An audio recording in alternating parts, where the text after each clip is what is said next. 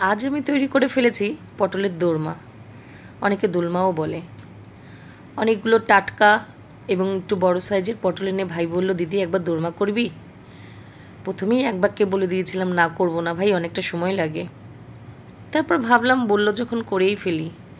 তো বেশ কিছু পটল নিয়ে আমি একটা করে সাইড কেটে বাদ দিয়ে দিয়েছি। তারপর পটলগুলোকে সব ছুলে নিয়ে ধুয়ে পরিষ্কার করে নিয়েছি। পটলগুলোকে পরিষ্কার করে নিয়ে চামচের সাহায্যে ভেতরের অংশ থেকে সব বীজ সমেত শাঁসটা একে একে বের করে নিয়েছি। এই রেসিপিতে এগুলোই হচ্ছে সময় সাপেক্ষ কাজ। যাই হোক, এই ভেতরের অংশটা দিয়েও কিন্তু এটাকেও পেস্ট করে অনেকে নিরামিষ একটা পটলের দোরমা করে। তবে আজকে আমি এই ভেতরের অংশগুলোকে কাজে লাগাইনি। আমি চিংড়ি মাছ ছিল ঘরে, তাই দিয়ে একটা আমিষ পটলের দোরমাই বানিয়েছি। পটলগুলোর গায়ে নুন হলুদ মাখিয়ে একটু সময় রেখে দিয়েছিলাম।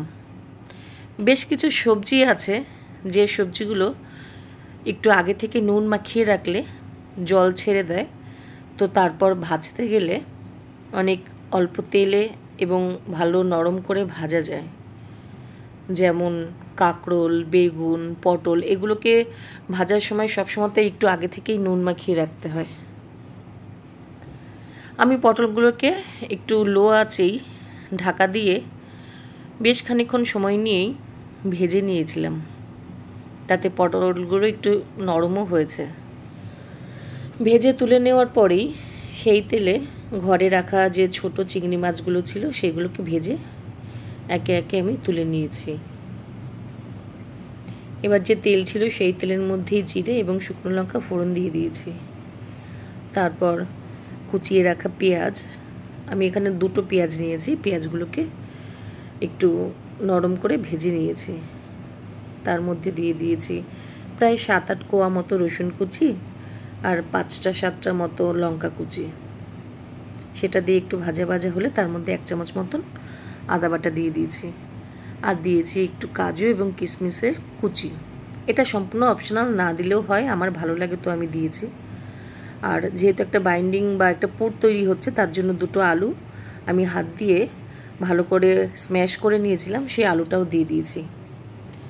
আর প্রায় 1 বাটি মতো নারকেল কোড়া দেওয়ার পরে যে রান্নার যে নর্মাল মশলাগুলো, নুন, কাশ্মীরি লঙ্কা গুঁড়ো, হলুদ গুঁড়ো আর একটু জিরে গুঁড়ো আর সামান্য পরিমাণ চিনি দিয়ে নাড়াচাড়া করে আমি একটা পুর তৈরি করে নিয়েছি।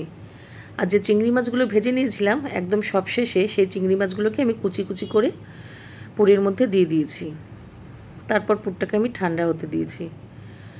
এবার নারকেলের এই পুরের মধ্যে চিংড়ি মাছগুলো অনেকে বেটেও দেয়, কিন্তু আমি একটু কুচি করে দিয়েছি যাতে খাবার সময় মুখে পড়লে একটু অন্যরকম স্বাদ অনুভব হয়। তারপর সেই ঠান্ডা হওয়া পুরগুলো আমি পটলের মধ্যে একে একে ভরে নিয়েছি। এই কাজটা কিন্তু বেশ মজার, হাত দিয়েই করতে হয়। এই পুর ভরা কাজ কিন্তু চামচে হয় না। যাই হোক, হাত দিয়েই আমি সমস্ত পটলগুলোর মধ্যে পুর ভরে দিয়ে তারপর কড়াইতে আবার সামান্য তেল দিয়ে তাতে জিরে এবং শুকনো লঙ্কা ফোড়ন দিয়ে এবার গ্রেভি তৈরি করার জন্য আরেকটা মশলা কষিয়ে নিয়েছি। প্রথমেই দিয়ে দিয়েছি পেঁয়াজ, রসুন এবং কাঁচা লঙ্কার একটা পেস্ট। সেটা যখন ভাজা ভাজা হয়ে গেছে তার মধ্যে দিয়ে দিয়েছি সামান্য পরিমাণ আদা। আবার একটু নাড়াচাড়া করে তারপর তার মধ্যে দিয়ে দিয়েছি গ্রেভি তৈরি করার জন্য যে নর্মাল মশলাগুলো, ধনে জিরের গুঁড়ো, কাশ্মীরি লঙ্কা গুঁড়ো দিয়েছি 1 চামচ মতো, মানে স্বাদ অনুযায়ী নুন, হলুদ গুঁড়ো আর সামান্য পরিমাণ চিনি।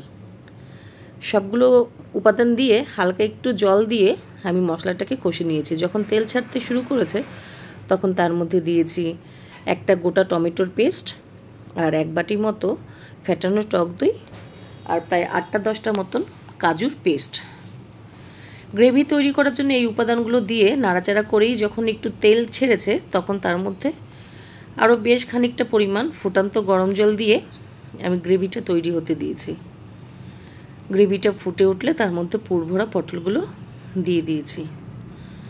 পটলগুলো দিয়ে নাড়াচাড়া করে ঢাকা দিয়ে দিয়েছি। তবে এখানে একটা কথা, এই পটলগুলোতে অনেকেই একটা যে মুখ কেটে বাদ দেওয়া হয়েছিল সেটা টুথপিকের সাহায্যে আটকে একটা গোটা পটলের শেপ তৈরি করেও পটলের দোরমাটা তৈরি করে। সেটা অনেকটা সময় সাপেক্ষ, আমি আর সেই ঝামেলায় যাইনি।